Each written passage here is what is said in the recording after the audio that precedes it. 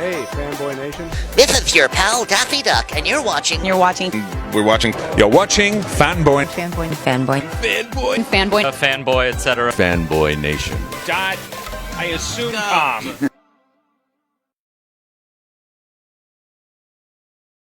Full Moon Features has been putting out a lot of limited series this year, and Baby Oopsie is no exception to the rule. As part 2 is being released this week, I get to speak with the star of the film, Libbie Higgins, who plays Sybil Pitman. Libbie, how are you today? I'm great. How are you? I am fantastic. You got to work with writer-director William Butler. Billy is a bit of a nut who I absolutely love. He's one of the nicest guys out there. You know, he claims to be sober, but I don't know. I've hung out with Billy for a few hours and I was like, are you sure that's sober Billy? Because I'm scared to see, you know, drunk Billy. He's wild, that's for sure. Love how your arm disappears when you drink your coffee. When I drink my coffee, yes. You know, I should be wearing a blue shirt just so I all disappear completely. Yeah. Take us through the process of filming this limited series, because it's being released in half-hour chunks, correct? That's correct. So the first part we did, I thought it was going to be a movie, and then towards the end they said, oh no, we're going to split it up. But then for this, the filming, it took a lot longer than the first part, but it seemed to go by faster. It was a lot more fun, and Billy makes it fun, of course. Billy makes everything fun. I love Billy. He's a super nice guy. He really is, and so creative. You know, I'm just happy I'm not dealing with him being in front of the camera. Like, I'm adjacent to everything as part of the press, so I get to kick back and watch him torture everyone else. You said it, not me. Well, it's better to come from me than from you, because we want you in the sequel. Exactly. So Baby Oopsie is basically this possessed doll that comes to life. Well, you're a doll collector. I wouldn't necessarily say, you know, the doll itself comes to life, but you know, doll people can be pretty weird. They can be weird, and not only is she a collector, but she restores them. So that was the problem, is she restored this doll and put this little pentagram thing in it, and that's when all hell broke loose. Yeah, see, that's what happens when you play with fire. You put some demonic stuff in there and then boom, it's all over for you. And thankfully the baby was not animated when I acted with it, because it's hard to watch. No, it's creepy, and they know. I don't know how they do it with the budget they do to make you know, like, you know, in one of the other ones, you know, the gingerweed man, how he moves, and then Baby Oopsie in this one, they do some pretty creative stuff with this. They do. It's incredible to watch Greg and the other guys do it. It's intense work, but somehow they make it look amazing. It looks incredible and super creepy, like I said. Yeah, but it's a horror comedy. It's not a straight horror film. And I've listened to your comedy before, which I would always be terrified to end up in your act or anybody else's, because like, you're like that mean funny lady. Like, you say mean things funny, but so everybody's laughing, but it's just like, I don't want to. But I don't really say mean stuff about other people. True. It's mostly about myself. True, but and anonymous people. Yeah, well, I'm happy it's anonymous people. It's not like, and here's my ex-boyfriend of 17 years, and this was our biggest issue, and his name was Mike, or whatever, you know. And he had a disappearing arm. Right, he had a disappearing arm every time he took a sip of coffee. Yeah. Honestly, it takes so long to write jokes that he'd have to be worth it for me to write a joke about him. Yeah. Well, I can only imagine things that happen on the set that were funny, because you have a limited schedule in shooting this, correct? It was like a couple of weekends. We were there in Cleveland at the Full House Manor for about 2 weeks. Well, I was, and it was every day, intense, long days. And it gets tiring, but like I said, it's really fun, and everybody's having fun most of the time. Sometimes it gets, you know. Well, by the time you're working long 14, hours with people, right? You know. You can't feel your legs anymore. Right. You know, by hour 14, you're like, will you just shut up and get the joke right? That's why I try to just do everything in one take, so that I could just be done. Yeah. you're known as a stand-up performer. You host a podcast. You do all sorts of stuff that's very live and in the moment. What is it like to have filmed this a while ago and now have the delayed gratification of hearing the praise, or, you know, less so the jeers, because we actually like what you did with this, in waiting for the response? That is a good question, because every time I do a scene, I'm basing my performance on the reactions of the people around me. And because it's a movie set, there are no reactions. It's just dead quiet. So it is, I have a lot of imposter syndrome when I'm on set, because I'm like, am I doing a good job? Is this good? Am I bad? Well, so that's a good question. You know, I asked comedians and professional athletes the same question when it comes to this, because there's that instant gratification of getting the knockout in a fight, or a professional wrestler feeding off the crowd, or a comedian waiting for the laugh or the punchline. And then all of a sudden you're in a movie or a TV series, and now you have to wait 6 months to figure out if people liked it or not. Right. So far, so good. Everybody seems to like it so far. It's been great. And installment 2 comes out this week, so it's been a lot of fun. I can't wait. And I haven't seen any of it, so I don't know. I don't even know what's in the next one that comes out. It's tomorrow, I believe. I'm not going to spoil it for you, so. Yeah, don't spoil my own thing for me. You know, something that you were in that was shot out of sequence. Do I die? Yeah. How weird would that be, is if they re-edited it, that's the case and you had no idea? I guess I'd be fired then, wouldn't I? Yeah. Billy had just sat there and went, you know what? After the 4th day, she really got on my nerves. To hell with her. She's dead. Yeah. How dare him if he did that. Billy puts on the dress and actually is your double. In your death scene. I do have a double on set. It's a nice guy named Darren. And let me tell you, they had to stuff a lot of pillows in his body to get his boobs and his butt like mine. A lot. And very lifelike, though. Okay. Well, that's good though. But is it almost offensive? Like, how much more padding does this guy need? Do I really look like this in their eyes? Like, because we typically see ourselves differently than the way other people see us. Well, I know what I'm working with. So when I walked in that room and saw the amount of couch cushions and pillows they had, I was like, there's no way. And it was perfect. We matched perfectly. Same height and everything, or was there like a couple of inches discrepancy? Okay. Pretty much. So he fell down the steps for me, did some other stuff that I'm not going to fall down the steps. I'll fall up the steps, but I'm not falling down the steps. You know, it's less painful when you trip upward. Yep. You know, we've seen President Gerald Ford do it on video. We've seen President Biden do it on video. So we're picking on both the Republicans and the Democrats. So no one can get mad at us at this point. Chevy Chase did it for several years on SNL. So yeah. It's much more embarrassing when you fall up the steps, though. I think so. When you fall down, people are concerned. When you fall up, they're just roasting you. Yeah. Yeah. Except your shins are in more pain than expected. Exactly. I was pretty bruised up after the first filming. The second one, I wasn't as bruised. I bruised easily. I saw that arm from the water park, so. Did some intense water park slides. I believe, like those drop slides, right? Well, there was it was when you sit in a raft with other people and you're just banging all around. I'm lucky to be alive, honestly. Well, I'm happy you're still alive, because then I'd need a Ouija board for this conversation. That would be much more fun. It'd be a little more interesting. You know, we'd call Trailer Park Tammy to come and lead the seance and go from there.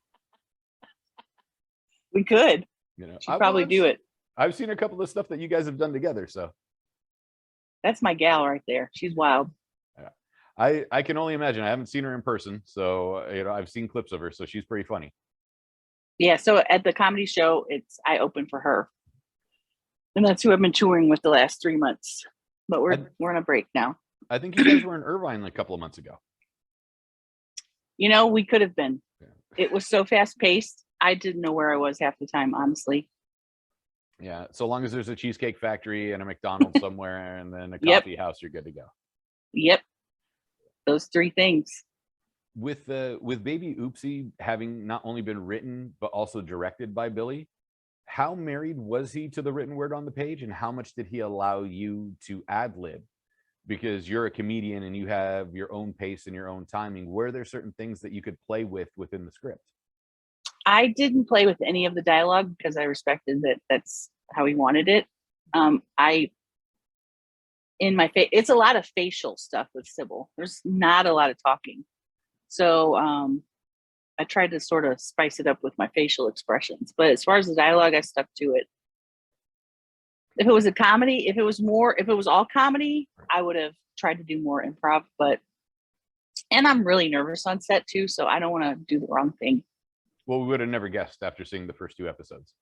Oh, so nervous the whole time. How are you more nervous on set than you are on stage? You know, the crowd of 250 people versus, you know, the 15 on set. I'm nervous there too. I have bad stage fright. Okay. Every show. All right. I can see that with most performers though, but like, does it end as soon as the first joke hits or as soon as they announce your name? As soon as my foot hits the stage, it's done. It's done. It's gone. I dig it. You know, with everything that's going on with this franchise itself, Baby Oopsie, and I can see a sequel coming from this, especially with the way Billy's mind works and the way your performance came about, that I would have never guessed that you had stage fright in this regard. As Sybil is a doll collector and someone that refurbishes dolls, what do you collect? Unicorns. Really? Anything with a unicorn. So I have a couple of those wooden clocks from like the 80s that are it has varnish and it has a beautiful unicorn up on its back feet. A unicorn and a unicorn baby. Anything with a unicorn in it, I'll take. So what you're saying is we're going to see at the My Little Pony convention soon. Maybe. Now, one of my characters, Crystal, she collects little precious moment figurines, and I've received probably 100 of those in the mail from people. That's cute. So I guess I'm a collector of precious moment figurines too, unintentionally. Is being called the collector a nice way of being called a hoarder? I think so, yeah. Okay. You know, because it's a little more organized. It's not just random newspapers, it's specific items. Yeah, it's basically hoarding. You know, that's what comic book collectors are. I freely admit it. I have boxes of comics myself, so I don't know how often I'll go back and read through them. Do you ever? No, not. I just have comics galore in the closet in boxes, and I'm like, I don't know why I'm keeping these, but it's a memento. Maybe one day I'll read through them again. Or sell them. As much as you can get, 50 cents on the page. Most of them aren't worth the ink that they're printed with these days. Really? Yeah. It's only That's the old hoarding ones that are then. worth anything. Yeah, then it's hoarding. That's my collecting and hoarding at that point. Yeah. So with this character and doing a horror comedy, what was something that happened on set that you wished the outtake could have ended up in the final product that just had you and Justin in stitches the whole time? There were so many, but it was Justina that had all the bangers. Justina's just so funny, and I just can't think of specifics, and it wouldn't even be funny if I told you them because it's like you would have to be there kind of things. But Justina also gets nervous, and which you can sometimes see in the scene, and she's just so funny constantly. Does that almost make it more fun when both of you are nervous in filming a scene? I think so, yeah. What is it about the jitters that actually makes it more fun? Because either you're feeding off each other's nerves or somehow you're trying to calm each other down and you're both failing at it. It's just that adrenaline. It's the adrenaline rush for me. And then if I'm worried about Justina being nervous, then that makes me a little bit less nervous. Because I'm like, I hope she's okay. So you kind of reel her in. Yeah. Okay. And she'll sing Elvis songs, which gets on my nerves. But it helps you're her. a Jerry Lee Lewis fan? I just can only hear so much Elvis in one day. So what you're saying is we're not going to see the Elvis movies director's cut together. Nope. I heard it did well, so I didn't bother seeing it. I did see it. I liked it. I just thought there's been so many Elvis movies and biographies and biopics, and then Bill Bixby's "Is Elvis Still Alive" series back when I was a kid, that I'm kind of Elvis out in that regard. It was good. Okay, I'll check it out when it comes to HBO Max then. Wow, you got that kind of money? What's that? Dang, No, you got that kind of money? Screeners. I wish I had that kind of money. Oh wow, you're fancy. No, I'm lucky. I went into entertainment journalism just so I can get free movies, not because I got tired of paying $15 a pop. Nice. And of course, now Warner Brothers is going to hear that and then get mad. Oh, really? That's the thing? Okay. So you didn't off.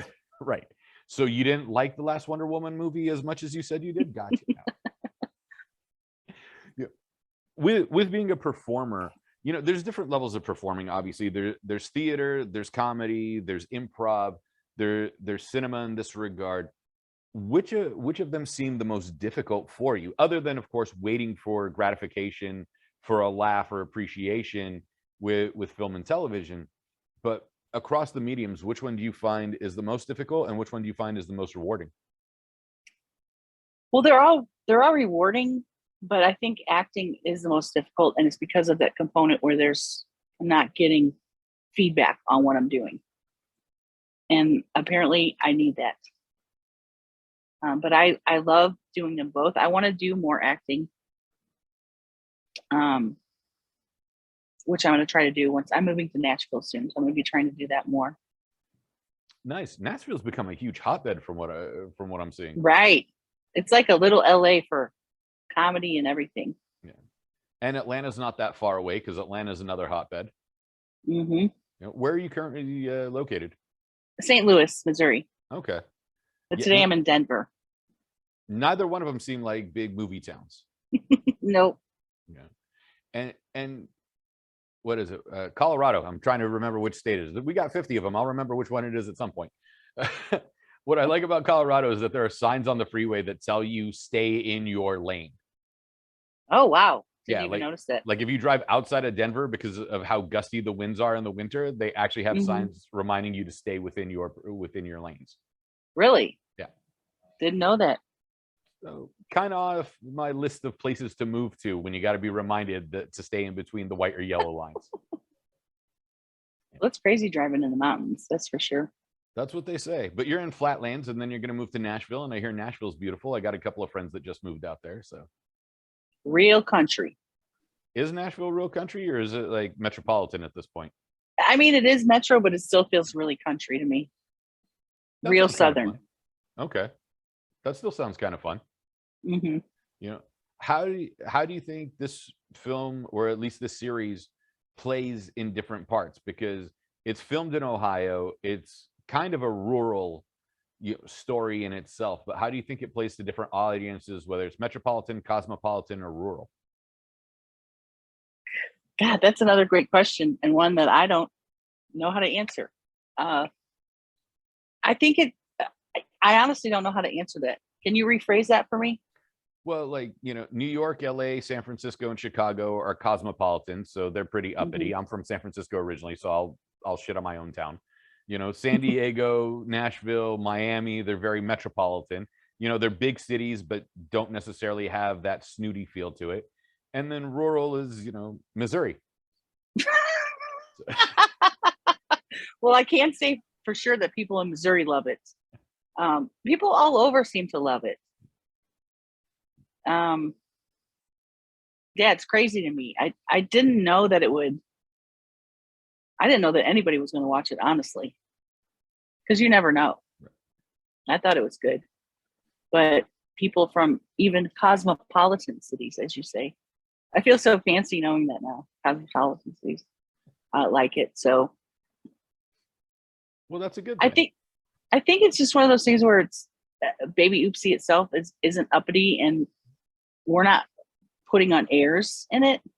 And my character, I think, is so basic, but she has many different layers.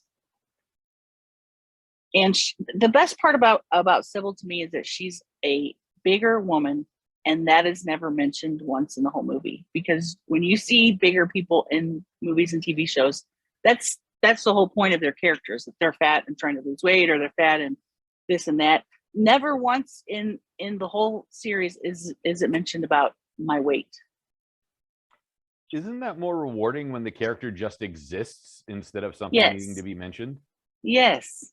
That's why I absolutely love it. And I love that Billy wrote it like that, because I think it's important just to see a big, normal woman doing, I think, extraordinary things in some of the scenes. I think it's important. Well, you also don't need, fat jokes when someone is trying to fight demon possession. Right. There's no time for it when you're trying to kill a diabolical baby. Yeah. And especially a creepy doll baby. She's a little angel, though. She's mommy's angel. Listen, dolls are creepy. They are creepy. And add a layer that their head moves like this and their mouth moves. I'm done, dude. I'm done. They had those baby wetsy dolls or whatever they were called, the dolls that pee themselves, and now you got one that's going to talk back to you and kill your best friend and everything else. Yep. So, it's nuts. I saw Annabelle. I know what creepy dolls look like. I haven't. I don't watch scary movies. I can't. They're too scary. Well, that's leading into something else I wanted to touch about, because I'm not a huge scary movie fan. I'll tell you, like, when The Conjuring came out and Warner Brothers invited me to the screening, and they had like the fan reaction cam, every time I saw the red light turn in my direction, I'd flip it off so I wouldn't be in like the audience members that were scared during the filming of the audience reaction. So every time I saw the red light, I flipped the cameraman off so I could never be used in it. But what is it about scary movies that society loves so much, especially when we went through 2 years of a lockdown, that people still wanted to be scared? I don't know. Isn't life scary enough? Right. I don't like to go into haunted houses. I don't like to do anything that's scary like that. Because like you said, there's enough scariness happening on the daily. We don't want to purposely give ourselves scary stuff. But I think Baby Oopsie is funny enough in that it's easier for me to watch. Because it is hard for me to watch sometimes. So what happens with Baby Oopsie franchises off into Baby Oopsie 2 and 3, and now you end up kind of becoming like this scream queen that becomes featured at all the horror conventions? That would be chef's kiss. That'd be amazing. Like, it'd be fun, but then you still like have to go to the premieres of all the other scary movies that are there. Well, if that's the case, I guess I'll be flipping off the camera when they come around to see my reaction. Now you know my secret on how to stay off the camera for those things. Appreciate it. Yeah. They're like, oh, that one's jumpy. Let's focus on them. Nope.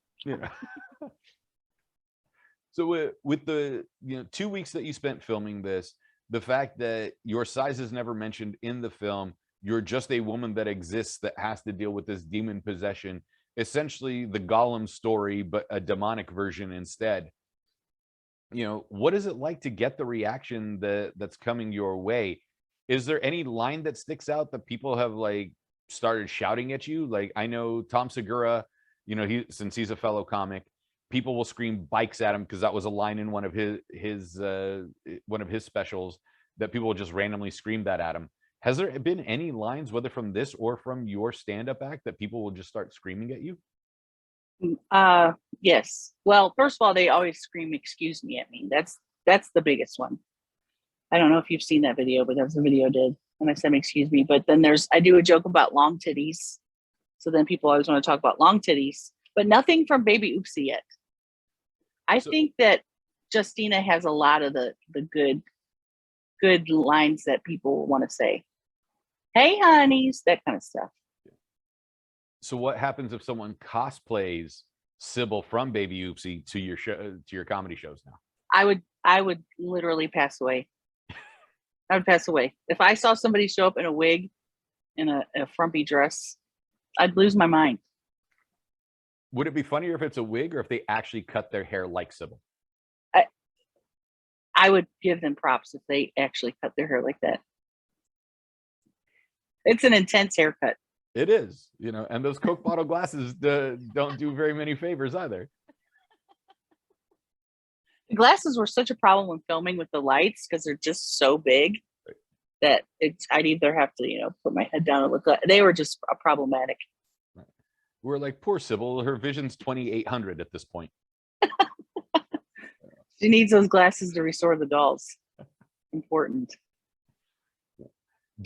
Since you collect unicorns and those keepsakes for one of your characters, is there any sort of like restoration projects that you want to take on for yourself? You know, anything that is essentially Libbie that influenced Sybil? If I was going to restore stuff, it would be furniture, but I'm far too lazy for that. So I will save lots of stuff on Pinterest and say, it even says projects I want to try. Never tried one of them. Been on Pinterest for 4 years. So hopefully that answers your question. I just picture your garage having been at those unfinished furniture stores where you're like, oh, I could stain this myself and have my own dressing room, or what's it called? The, you know, dresser set, and it's still just all, you know, now splintered wood. That's me. And I'm in the process of moving, like I said. So all that stuff that I thought I was going to restore, in the trash. Or you could just restore it in Nashville.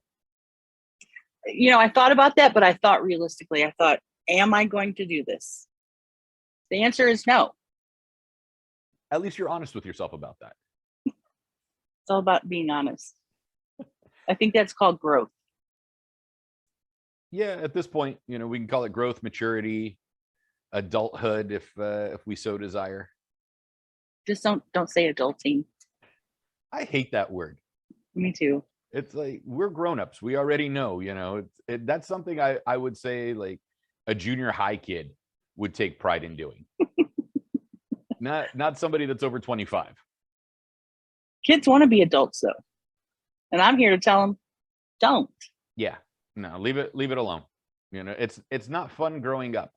Your knees start hurting. You know, wake up one morning, you get out of bed, you twist your ankle. You don't know how the hell that happened. It's not fun. You sprain your back, coughing, all those things. That sounds horrible. That's real life. Yes. But Libbie, I know you're very busy and you got stuff going on. Baby Oopsie the second installment comes out this weekend. If people haven't seen the first one and they're ready to see the second one, what should they do in order to play catch up? Like, should they watch it week by week? Should they watch it all at once? Because I have a feeling you're going to wait till it's all completed in order to do so. I think people need to binge watch it, because that's how we watch TV now. Binge watch it all at once. That way, when it comes out this weekend, you're ready and you know, oh, why does this lady's hair look like this? Or why is she restoring dolls that are demonic? Just get on fullmoonfeatures.com and catch up. And if you're in San Diego right now, Full Moon Features has a booth at Comic-Con. So pick up a hard copy if you can. That would be awesome. Libbie Higgins, thank you so much for your time today. It's been fun just having a conversation with you and cracking a few jokes, going back and forth between who Libbie is and who Sybil is. Where can we find you on social media if we want to connect with you and follow your tour dates once you get settled in Nashville? Everywhere is under Libbie Higgins, and that's Libbie Higgins. So YouTube, Instagram, Facebook, TikTok, all of it, Libbie Higgins. Perfect. Libbie Higgins, thank you so much. Baby Oopsie, the second installment comes out this week. Catch up with the first one or wait till it's all completed and just binge watch it in one setting. Libbie, thank you. Thank you so much.